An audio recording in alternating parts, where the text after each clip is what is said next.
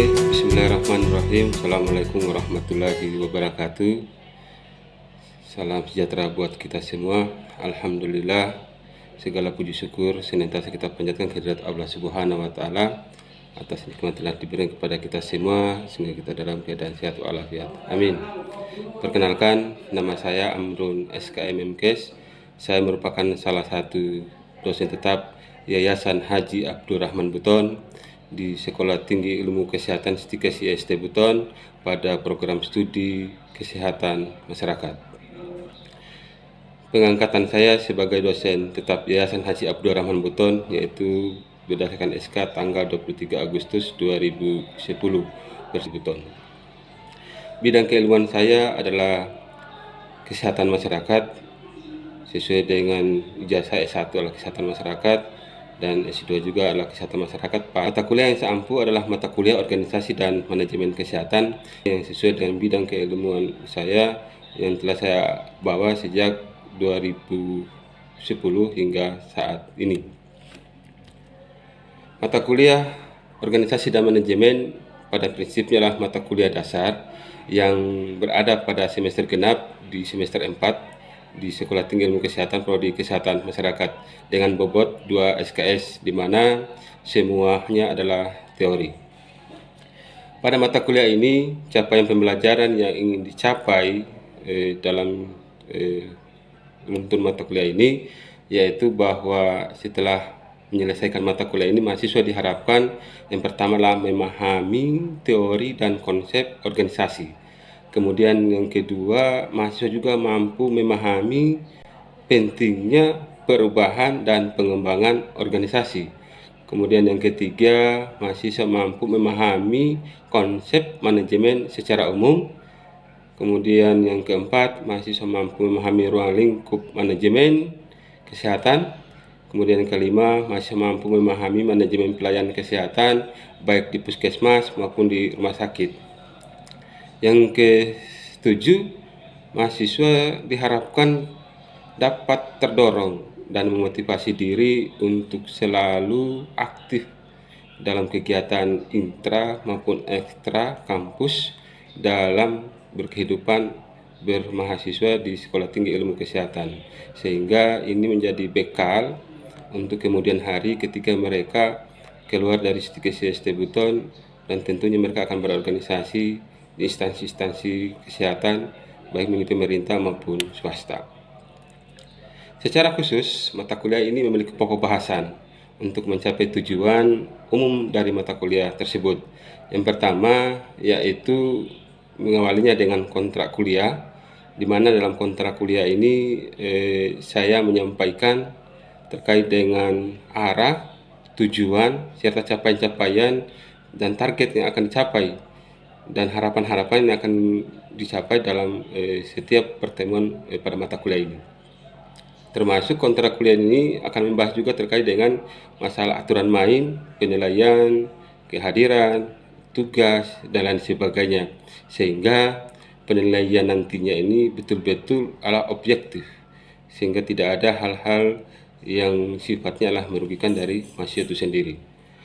Yang kemudian yang kedua adalah mahasiswa mampu menjelaskan teori organisasi, asas organisasi, dan prinsip organisasi. Itu pada pertemuan yang kedua. Pada pertemuan ketiga, mahasiswa mampu menjelaskan konsep-konsep manajemen secara umum, ruang lingkup manajemen secara umum yang terdiri dari perencanaan, pengorganisasian, penggerakan, monitoring, sampai pada tahap evaluasi. Yang kemudian pertemuan yang keempat, mahasiswa mampu menjelaskan bentuk dan status serta struktur organisasi, baik yang sifatnya umum maupun dalam organisasi di bidang kesehatan. Yang kelima adalah mahasiswa mampu menjelaskan peran dan fungsi dari budaya organisasi, karena kita tahu bahwa budaya organisasi merupakan salah satu hal penting dalam berorganisasi. Yang keenam adalah mahasiswa mampu menjelaskan kepemimpinan dalam organisasi, Jadi mahasiswa dilatih atau diberikan pemahaman sejak dini terkait dengan kepemimpinan yang kelak mereka akan dipersiapkan untuk menjadi pemimpin di lembaga-lembaganya nanti ke depan. Kemudian yang ketujuh adalah mahasiswa mampu menjelaskan pentingnya perubahan dan pengembangan organisasi. Yang ke-8 itu adalah ujian tengah semester. Pada ketentuannya adalah pertemuan ke-8 ujian tengah semester untuk mengevaluasi. Pertemuan yang ke-9 adalah mahasiswa mampu memahami konsep manajemen kesehatan dan ruang lingkup manajemen kesehatan. Nah, ini lebih terkhusus lagi, lebih terperinci lagi itu pada manajemen kesehatan serta ruang lingkupnya seperti apa. Pertemuan yang ke-10 adalah mahasiswa mampu menjelaskan ruang lingkup manajemen kesehatan pada aspek yang pertama, yaitu adalah manajemen sumber daya manusia kesehatan. Pertemuan yang ke-11 adalah mahasiswa mampu menjelaskan ruang lingkup manajemen kesehatan yang kedua, yaitu adalah pembiayaan dan penganggaran di bidang kesehatan. Pertemuan yang ke-12 adalah mahasiswa diharapkan mampu menjelaskan ruang lingkup manajemen kesehatan pada aspek yaitu manajemen logistik dan fasilitas kesehatan. Kemudian pertemuan yang ke-13 adalah mahasiswa mampu menjelaskan ruang lingkup manajemen kesehatan yaitu pada aspek manajemen sistem informasi kesehatan. Sedangkan pertemuan yang ke-14 adalah mahasiswa mampu menjelaskan manajemen pelayanan kesehatan pada tingkat puskesmas. Pertemuan yang ke-15 adalah mahasiswa mampu menjelaskan manajemen pelayanan kesehatan pada tingkat rumah sakit. Dan pertemuan yang ke-16 adalah ujian akhir semester untuk mengevaluasi secara keseluruhan. Adapun metode pembelajaran yang sering saya terapkan dalam proses dalam kelas hingga akhir perkuliahan, yang pertama adalah metode pembelajaran secara delivery, yaitu bagaimana cara menyampaikan materi, cara menyampaikan ulasan-ulasan materi hingga diharapkan mahasiswa mampu untuk menerima, memahami apa yang telah disampaikan. Kita diawali dulu mengajak mahasiswa untuk selalu bersyukur pada Yang Maha Kuasa atas segala apa yang telah diberikan. Kemudian selanjutnya saya ikuti dengan cara adalah mencoba mereview, mengingatkan kembali pada pertemuan sebelumnya, serta menghubungkan pertemuan kemarin atau minggu lalu dengan pertemuan saat sekarang, sehingga ada kesinambungan antara pertemuan sebelumnya dan pertemuan yang akan dibawakan pada saat ini.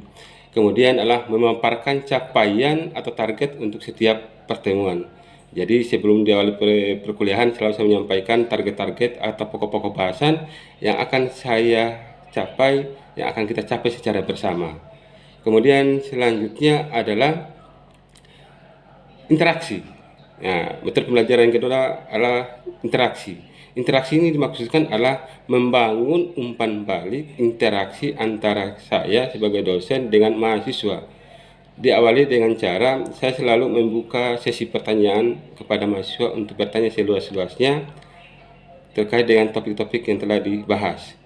Setiap mahasiswa yang bertanya, saya langsung memberi kesempatan pada teman mahasiswa yang lainnya untuk menjawab terlebih dahulu, menanggapi pertanyaan temannya. Kemudian setelah menanggapi pertanyaan temannya, selanjutnya saya mereview, menyempurnakan setiap pertanyaan-pertanyaan yang telah disampaikan. Kemudian yang ketiga adalah asesmen, penilaian. Bentuk penilaian telah mengacu kepada peraturan stikes IST Buton, di mana bobotnya yaitu adalah kehadiran 10%, tugas dan keaktifan dalam kelas 20%, ujian tengah semester 30%, dan ujian akhir semester adalah 40%. Nah, itulah metode pembelajaran yang telah dilakukan atau telah sering saya sampaikan dalam setiap pertemuan, khususnya untuk mata kuliah organisasi dan manajemen kesehatan. Silakan nonton video pembelajaran saya. Demikian, wassalamualaikum warahmatullahi wabarakatuh.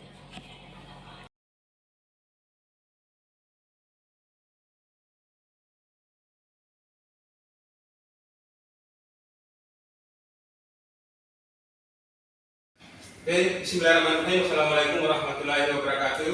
Waalaikumsalam warahmatullahi wabarakatuh. Selamat siang. Siang. Alhamdulillah pada Kesehatan. Kita dapat bertemu kembali untuk mata kuliah organisasi manajemen kesehatan di pertemuan yang ke-10. Semoga apa yang kita lakukan ini mendapat nilai ibadah, menambah pengetahuan buat kita semua, yang insya Allah akan berguna buat kita semua juga nantinya. Ya, jadi sekalian, di pertemuan yang ke-10 ini merupakan lanjutan dari pertemuan yang ke-9, yaitu terkait dengan konsep manajemen kesehatan. Kemarin kita sudah bahas apa itu manajemen kesehatan, apa itu pengertian manajemen kesehatan, dan apa itu unsur-unsur dari manajemen, termasuk fungsi-fungsi manajemen kesehatan. Nah, pada pertemuan kali ini kita akan bahas adalah manajemen atau ruang lingkup manajemen kesehatan. Nah, apa-apa saja itu ruang lingkup manajemen kesehatan kita akan perkuat lagi. Jadi secara garis besarnya itu adalah masalah manajemen sumber daya manusia. Nah, apa yang ingin kita capai dalam pertemuan hari ini? Yang pertama adalah tujuannya adalah mahasiswa dapat memahami ruang lingkup manajemen kesehatan. Jadi bagian dari pertemuan ke-9 kelanjutan hari ini. Kemudian yang kedua, mahasiswa dapat memahami manajemen sumber daya manusia, bagaimana pengertiannya, tujuannya, peran dan fungsi manajemen sumber daya manusia. Yang kemudian tujuan yang ketiga adalah mahasiswa mampu memahami bagian dari manajemen sumber daya manusia itulah perencanaan sumber daya manusia. Nah, harapan kita di pertemuan ini bisa kita capai, sehingga keluar dari ruang ini sudah ada ingatan, sudah ada pemahaman, seperti ini yang dimaksud dari konsep manajemen sumber daya manusia di bidang kesehatan. Nah, sebelum saya lanjut, saya akan menguras bahwa saya ulas kembali definisi secara konsep, secara menyeluruh terkait dengan manajemen kesehatan, suatu kegiatan atau suatu seni untuk mengatur para petugas dan sebagainya dalam rangka untuk pencapaian derajat kesehatan yang maksimal. Ruang lingkup dari manajemen kesehatan, salah satu adalah manajemen sumber daya manusia atau personalia, ada juga manajemen keuangan, ada manajemen logistik, termasuk manajemen pelayanan dan sistem informasi di bidang kesehatan. Itulah ruang lingkup manajemen kesehatan. Yaitu di referensi-referensi lain masih banyak lagi ruang lingkupnya. Tapi saya mengambil garis besarnya, ruang lingkup manajemen kesehatan itu salah satunya adalah manajemen sumber daya manusia. Maka topik hari ini kita lebih berkuat terkait dengan manajemen sumber daya manusia. Saya paham sampai sini. Nah, jadi kalau ditanya sama orang lain, misalnya bertanya apa sih ruang lingkup manajemen kesehatan, salah satunya Anda bisa menjawab bahwa salah satu ruang lingkup manajemen kesehatan adalah manajemen sumber daya manusia. Nah, oke, lanjut. Pertanyaan selanjutnya adalah seberapa pentingkah organisasi atau perusahaan membutuhkan atau pengaturan terkait dengan sumber daya manusia? Itu yang pertanyaannya. Apa sih tujuan dari organisasi atau perusahaan mengatur sumber daya manusia? Bagaimana sih fungsi-fungsi dari manajemen sumber daya manusia itu sendiri? Nah, itu yang kita akan jawab pada kesempatan hari ini. Oleh itu ada sekalian, ada yang mencoba untuk mendefinisikan terkait dengan manajemen sumber daya manusia? Sehingga silakan ini. Menurut saya Pak, manajemen sumber daya manusia itu dia pengolahan rencana untuk merekrut orang yang berskill untuk memajukan suatu perusahaan atau dalam bidang pelayanan kesehatan itu sendiri. Oke, bagus. Rasul, komentar silakan. Apa itu manajemen sumber daya manusia yang kamu pahami? Menurut saya manajemen sumber daya manusia itu adalah cara seorang pemimpin atau pimpinan dalam pengorganisasian atau pendistribusian maupun perencanaan terhadap keterampilan dari para pekerja, misalnya dalam ruang lingkup puskesmas, misalnya bagaimana seorang pimpinan itu bisa mengatur para sumber daya manusia, misalnya keterampilan dari perawat, dokter atau bidang maupun komponen lain. Oke, jadi kalau disimpulkan dari pernyataan teman-teman kalian tadi bahwa manajemen sumber daya manusia itu mengatur baik tenaga kesehatan maupun non-petugas kesehatan, kemudian mencapai efisiensi dan pencapaian sebuah tujuannya. Perhatian organisasi terkait dengan manajemen sumber daya manusia itu punya landasan. Kenapa kemudian manajemen sumber daya manusia itu penting kemudian diangkat atau kemudian diperhatikan? Yang pertama adalah alasannya bahwa pergeseran konsep pembangunan dari konsep yang sifatnya kuantitas menuju pada aspek kualitas. Di mana-mana sebuah perusahaan ataupun organisasi setiap harinya, setiap waktu dia akan bersaing. Maka dia membutuhkan aspek-aspek kualitas sendiri.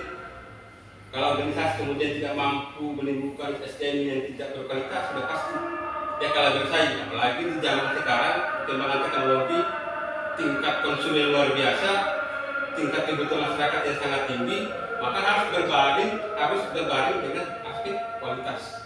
Kemudian yang kedua adalah berbagai pandangan bahwa sumber daya manusia itu jangan hanya dijadikan aset, melainkan dijadikan sebagai investasi untuk di masa yang akan datang. Nanti kita akan ketemu terkait dengan broker apa dan sebagainya. Banyak perusahaan-perusahaan yang karyawan keluar masuk dan lain sebagainya. Banyak perusahaan yang kemudian tidak bisa berjalan dan lain sebagainya. Banyak perusahaan yang kemudian hari ini terima pegawainya kemudian keluar lagi karena mereka menganggap bahwa SDM itu tidak dianggap penting. Nah, sebagai organisasi yang sehat, dia memandang bahwa SDM, pengembangan sumber daya manusia itu harus dijadikan sebagai investasi. Untuk apa? Untuk jangka panjang. Maka manajemen sumber daya manusia telah suatu prosedur yang berkelanjutan yang bertujuan untuk memasok. Kata masuk suatu organisasi dengan orang-orang yang tepat untuk mengisi jabatan-jabatan yang tersedia. Apa tujuannya? Untuk meningkatkan efisiensi agar organisasi itu bisa berjalan dengan baik. Nah, itu menurut standar. Ada juga pandangan menurut sekuler, manajemen sumber daya manusia itu pengakuan tentang pentingnya tenaga kerja. Organisasi sebagai SDM sangat penting untuk memberikan kontribusi bagi tujuan organisasi. Ingat ya, organisasi terdiri punya visi dan misi. Manusia sangat bertujuan agar manajer. Jadi seorang manajer itu ketika dia mengelola sumber daya manusia, pada prinsipnya dia punya tujuan. Kayak ketua Stiket misalkan, dia mengelola sumber daya manusia dalam ini, tujuannya ada. Organisasi manapun ketika mengelola sumber daya manusia itu, tujuannya ada. Setidak-tidaknya ada 7 komponen. Tidak. Dari siapa? Dari mempekerjakan orang yang tidak cocok dengan pekerjaan. Tadi sudah singgung. Menempatkan orang sesuai dengan keahlian itu lebih bagus. Menempatkan orang sesuai dengan bidangnya itu lebih bagus. Menempatkan orang sesuai dengan kemampuan yang dimiliki itu lebih bagus.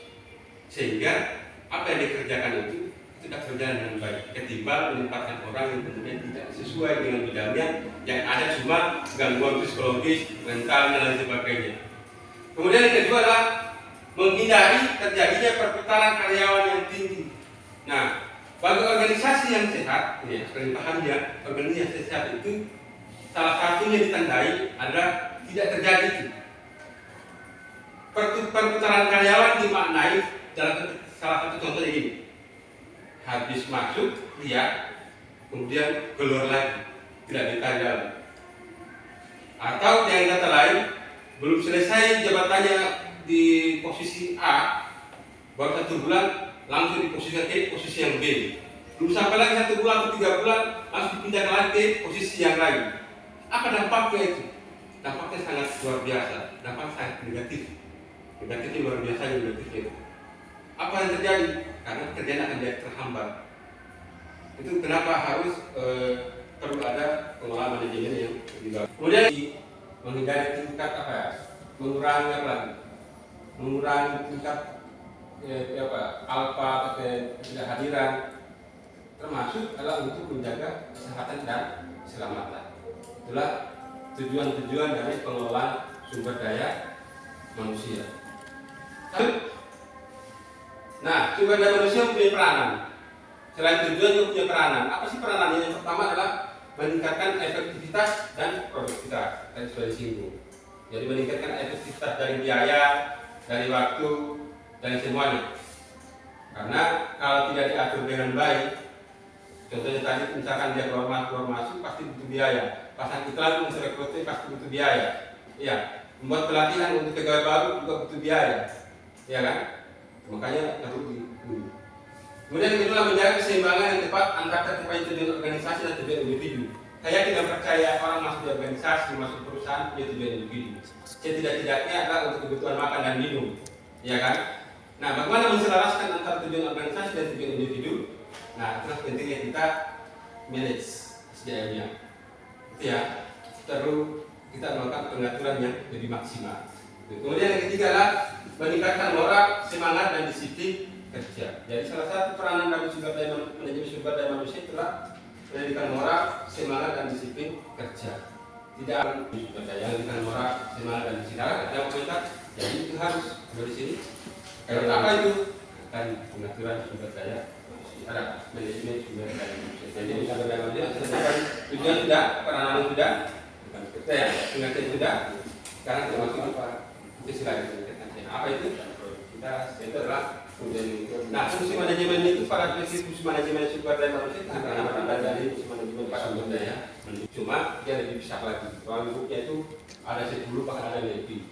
Tapi kalau kita bicara masalah fungsi manajemen secara umum itu ada 4 ya, ada yang 5, ada 6. Kalau GRTD itu dia 4 fungsi manajemen ya. Kalau kita kaitkan dengan manajemen sumber daya manusia ya. Ada perencanaan, ada pengorganisasian, pengarahan, penilaian sampai pada aspek pemberhentian. Nah, hari ini kita hanya sampai di aspek perencanaan. Oke. Nah, apa sih perencanaan sumber daya manusia itu sendiri? Nah, kita sudah sampai ke tahapan tadi. Kita masih di fungsi manajemen sumber daya manusia. Yaitu salah satunya itu perencanaan. Kalau kita bicara masalah sumber daya manusia itu sampai di aspek pemberhentian, misalnya PHK dan sebagainya. Tapi hari ini kita sampai di aspek perencanaan. Nah, ada yang bertanya terkait dengan apa itu perencanaan sumber daya manusia, bagian dari manajemen sumber daya manusia. Salah satu fungsinya adalah perencanaan sumber daya manusia. Ada yang komentar apa itu perencanaan? Waktunya silakan. Ini terus, ini tidak belajar ini. Silakan. Menurut saya kalau perencanaan itu semuanya sudah direncanakan dengan matang. Ya. Semuanya harus direncanakan dengan matang, mulai dari perencananya, terus apa yang perlu sampaikan, terus apa yang harus dilakukan dalam mencari sumber daya itu sendiri. Oke. Ada lagi perencanaan. Menurut Goldgate, Milkovich mengatakan perencanaan tenaga kerja adalah proses keramalan. Jadi beramal kita membutuhkan pengembangan, pengimplementasian dan lain sebagainya. Mempunyai sejumlah pegawai, penempatan pegawai secara otomatis. Jadi kita sudah singgung oleh teman kita bahwa bagaimana kemudian kita menyusun untuk apa ya tenaga kerja di kedepannya. Jadi itu mulai dari pengamal, kemudian masuk di pengembangan. Jadi itu direncanakan semua. Jadi orang-orang yang kemudian masuk di sebuah organisasi tidak serta merta hadir begitu saja, melainkan itu lewati proses panjang. Ada tahapan prosesnya. Lewat dari perencanaan dulu.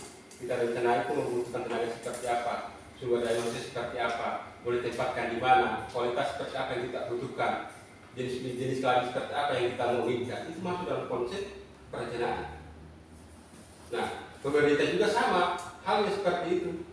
Berapa sih mau dibutuhkan organisasi? Sama. Sedikit kebutuhan pun ketika mau merekrut sumber daya manusia, lewat dari perencanaan.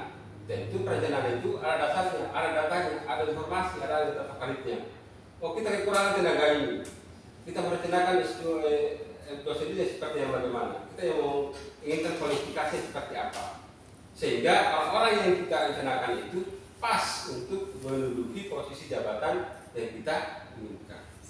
Ingat ya, perencanaan merupakan fundamental, merupakan unsur penting dalam sistem apapun, termasuk sistem pelayanan kesehatan. Gagal di rencana, pasti gagal di proses, gagal di hasil.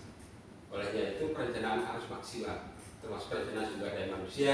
Kenapa? Karena mereka yang akan mengisi, mereka yang akan menjalankan roda organisasi, mereka yang akan menyelesaikan pekerjaan, mereka yang akan menentukan arah dan organisasi itu seperti apa. Maka perlu ada perencanaan yang lebih baik. Oke.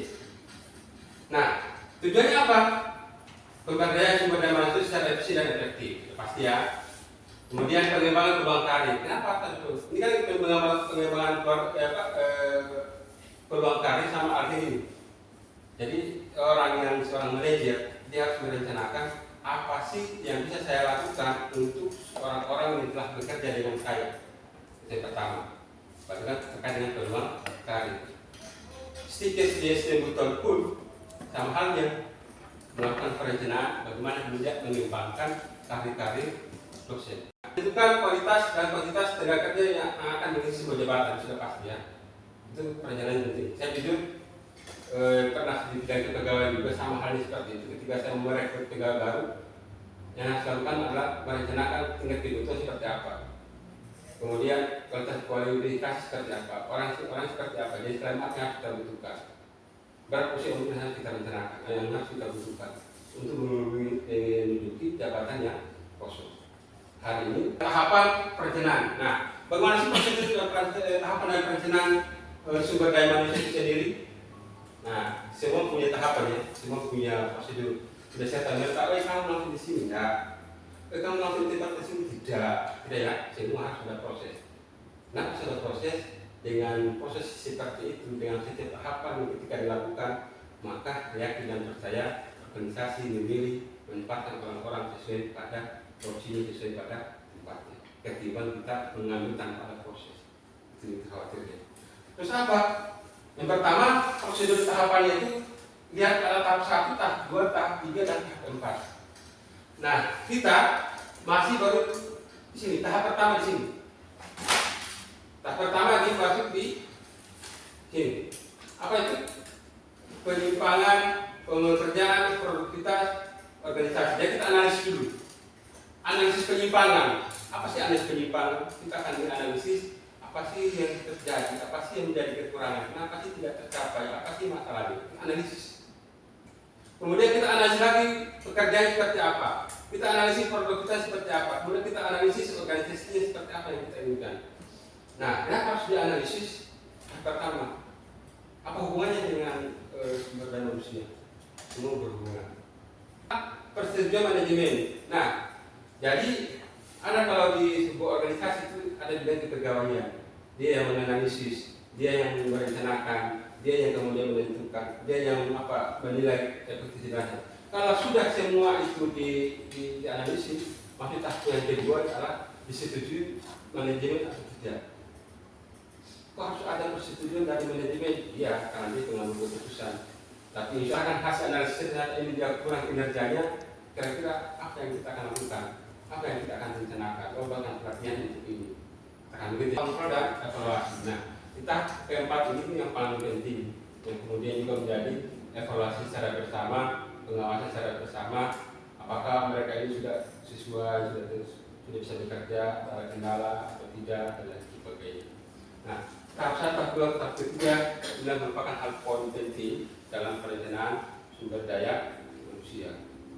Itu poin pentingnya. Kalau ini tahapan perencanaan kan umpamanya dalam tahap perencanaan pasti ada kendala-kendala yang dihadapi.